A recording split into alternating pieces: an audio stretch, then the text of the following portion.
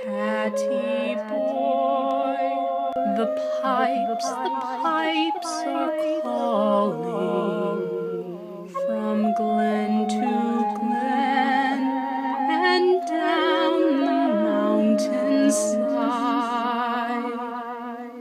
The summer's gone and all the roses dying. 'Tis you must go and I must bide.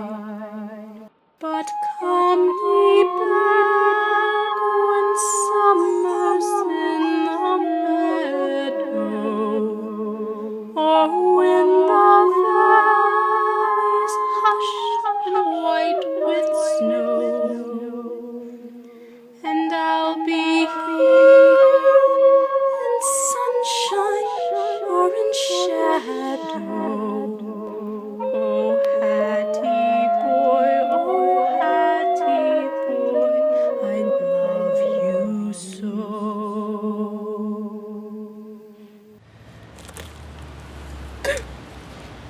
You made a grave out of a cinder block and a lawn ornament.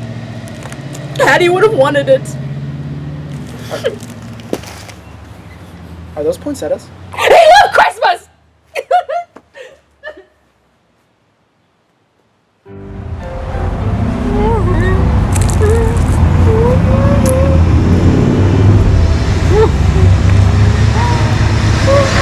This is good!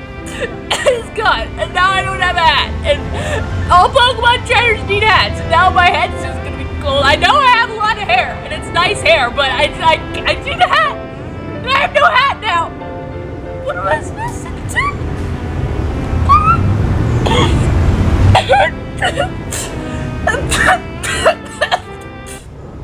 This is a dryer sheet! Hey, there are a lot of mosquitoes out here. You know what? Where is Andrew in all this? This is my time of need.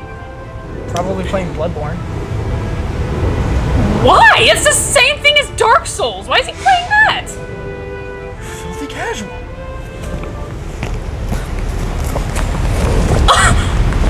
I'm never gonna have a Pokemon hat again. What am I supposed to do from now on? Delivering! Oh god. Oh, freaking mailman. What's in here anyway?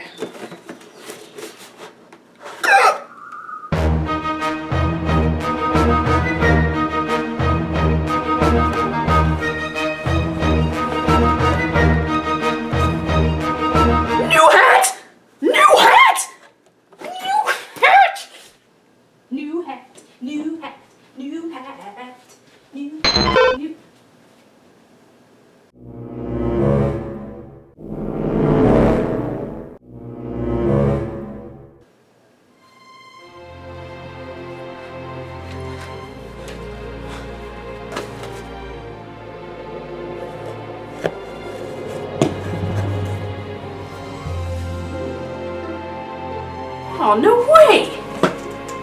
It's a Ditto shirt! Time to change. Ugh.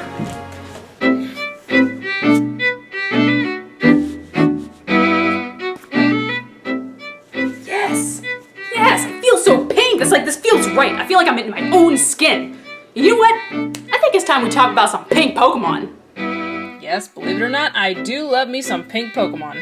It's a love that started off with a lot of Generation 1 Pokemon, like Ditto. But can you say that Ditto's actually pink? I mean, if you're looking at the anime and Smash Brothers, yes, it is pink. But in the actual Pokemon games, with the exception of Generation 3, it's actually more of this purplish color. And yes, you can say it's a matter of perception, but even when it's labeled in the color groups, it's not under the pink group, it's under the purple group. It's fuchsia.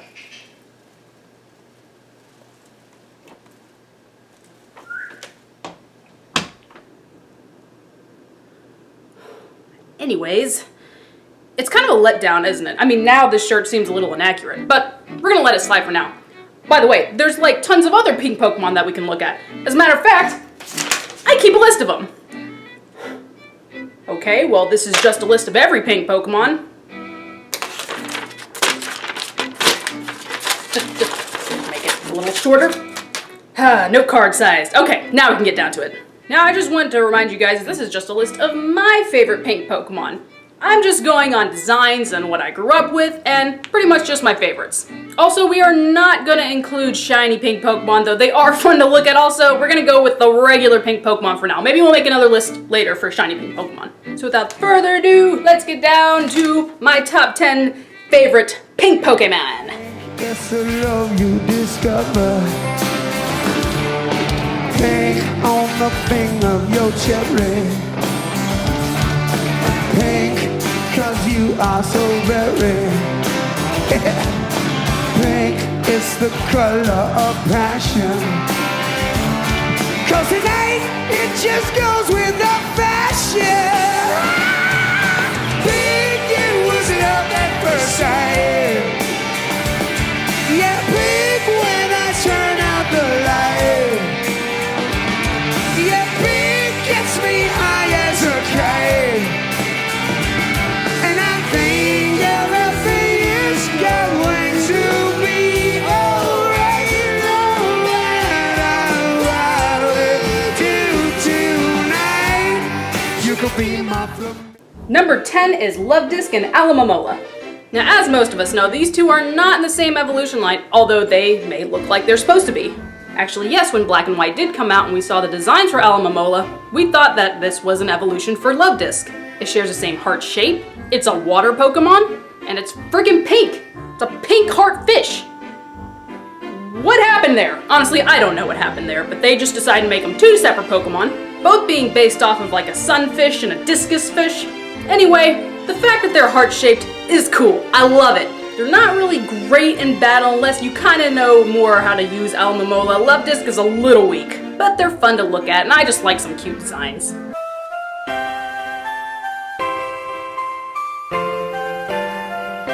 Number 9 is the Slowpoke line. I feel bad putting all these like in the same category. I just can't pick just one, honestly. Slowpoke was always like a really funky looking Pokemon to me. I honestly to this day can't tell what he is. Is he a hippo? Is he a manatee? Is just some weird pink thing. They're so cute, and I love that you had to save them in Generation 2. Stop chopping off the Slowpoke tails. Also, I'm a sucker for crazy evolution, so I do enjoy the fact that it can evolve into either Slowbro or Slowking. And I know Slowpoke memes are still at large. God, I'm tired of them, but I love Slowpoke and I love seeing them. So, there you go. Slowpoke's awesome.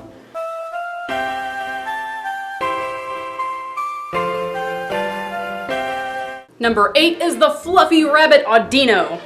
Ever since I first saw this Pokemon, I thought it was so funky looking. It's like, I thought it looks like a Digimon to me. I had no idea what it was based off of, later finding out it was a rabbit. Does that thing look like a rabbit to you? It looks like a weird teddy bear. Also, it's got like Sylveon's lifeless eyes. But they're just so adorable. And they had the coolest feature, that is, which when you kill them, they give you 10,000 experience points. Kind of makes you feel bad after a while, honestly. I don't like killing them, but I need to. And I did have one on my team the first time I played through Black and White, and he was pretty good. Pretty much most of what you would expect from a normal type on your first team, but I love that design. It's so cute and fluffy, and I just want to eat it. It's reminding me of Marshmallow Peeps. That's what's reminding me of. I want some Marshmallow Peeps. There you go. Go out and kill some Adinos because they're very good for your experience, and then you can mourn after them because you feel bad.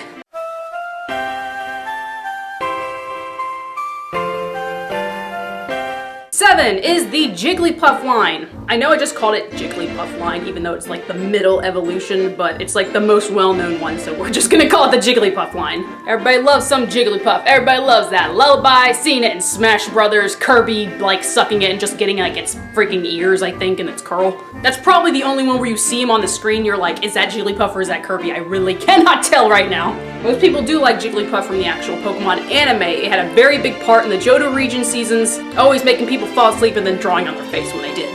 Why did I choose this one over the Clefairy line? Because I really like the Clefairy line also. I don't know, it's those eyes, they're crazy, they're gigantic! But I've always liked Jigglypuff. I love how fat and round she is, or he, or whatever you want to call it. It's awesome. Number 7, Jigglypuff line, all of them.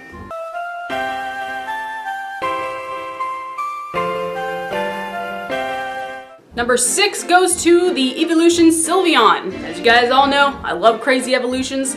Sylveon brought more to the evolution line by having you leveled all the way up in its friendship level in the Pokemon of me. I still think it looks a little creepy, like the dead eyes is a dead giveaway. But I love how it looks like this Lolita fox.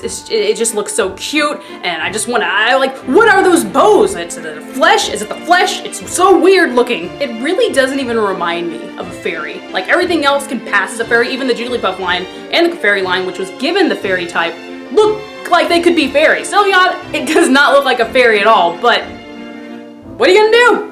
As a matter of fact, Sylveon are pretty good Pokemon just because it is a pure fairy type and you're gonna need it throughout the X and Y region. All in all, Sylveon is a good Pokemon. It's a good looking Pokemon. Number 6, Sylveon.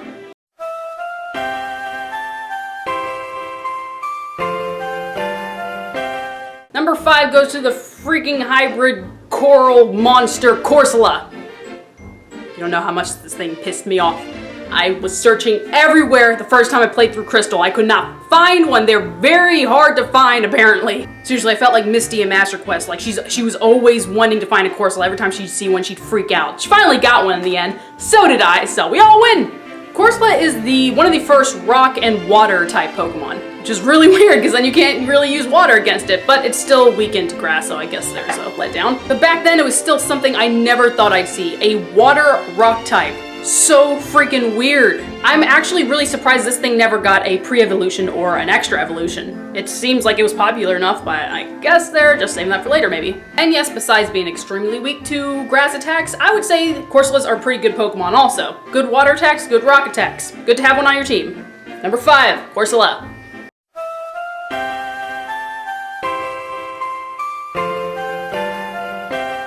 Number 4, 2 words.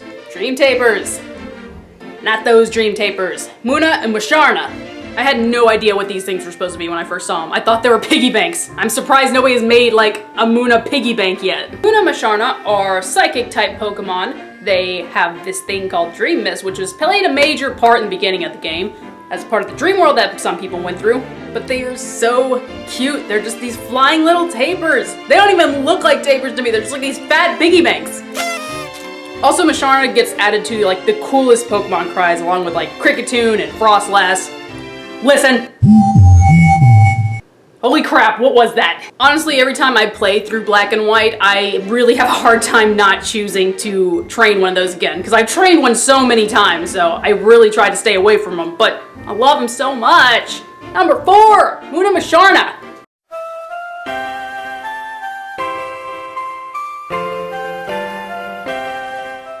Number 3 is Sakura Cherum. I know this thing has 2 forms. One of it looks like a weird little nun leaf, and the other one is like a bright little cherry blossom. So it starts off as Cherubi, which is like this fat little cherry, and then it evolves into Cherum, which turns into this. Yay! That's actually Cherum's real form. The other form that I'm talking about comes out when you use the move Sunny Day. When you use Sunny Day, it turns into this cute little fairy! Ah! There has to be one up here. There's one. Also, these things were so hard to find as well because you can only find them by, I think, putting honey on trees and then leaving it for a day. And they're kind of rare even when you do that because usually you get combies. It's an okay grass Pokemon. I wouldn't say it's the greatest one, but it's a good one to have on your team. But just imagine my surprise when I actually used Sunny Day and then this happened. I'm like, what is this? What is this beautiful fairy? So there you go, number 3, Cherum, Sunny Day form.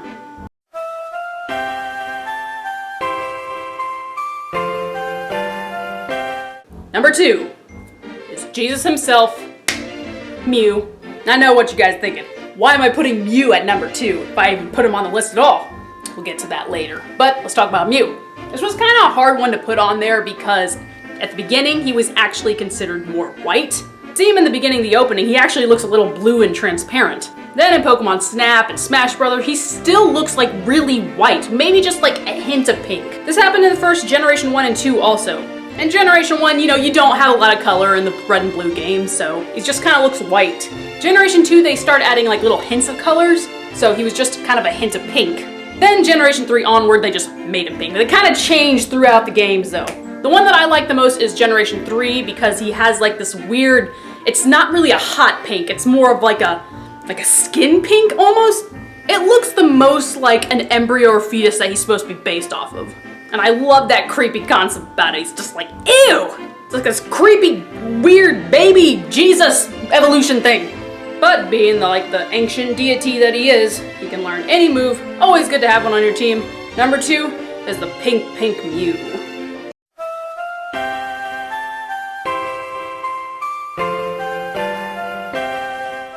Now I know what you're thinking, what could beat Mew at this point? Well, this one is totally one-sided for me. Some may think it also, but this is really close to my heart. Number 1 is the electric sheep Flappy. First of all, I'd like to say that I love I don't even know what those types of animals are called. Somebody help me out with that. I love sheep, camels, alpacas, llamas, hippos. They're all in the same genus, I think. They all got like that sleepy look. So sheep, yes, I love sheep. So there's sheep. Also, it's electric, and electric at the time was like really cool to have. You're like, holy crap, I have an electric Pokemon. That's like a really good addition to your team.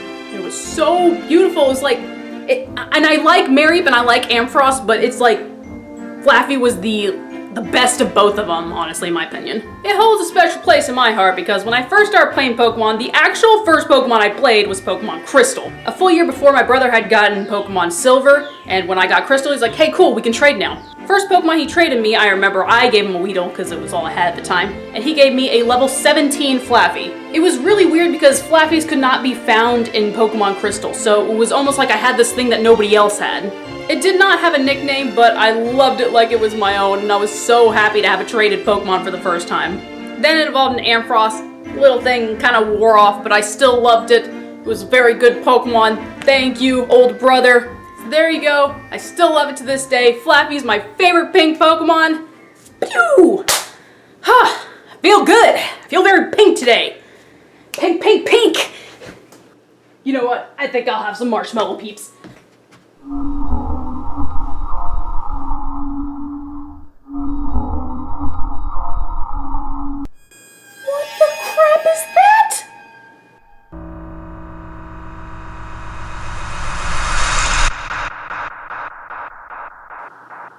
Mom, I think we have another ghost! You could be my flamingo. Yeah. Pink is a new kind of lingo. Pink like a gecko umbrella. It's kink, but you don't ever tell her. Yeah! Pink, it was love at first sight. Yeah, blink when I turn out the light. Yeah, blink gets me high as a kite. No, Lord, don't take him! Bring him back to us! Why? Oh, God! No! No!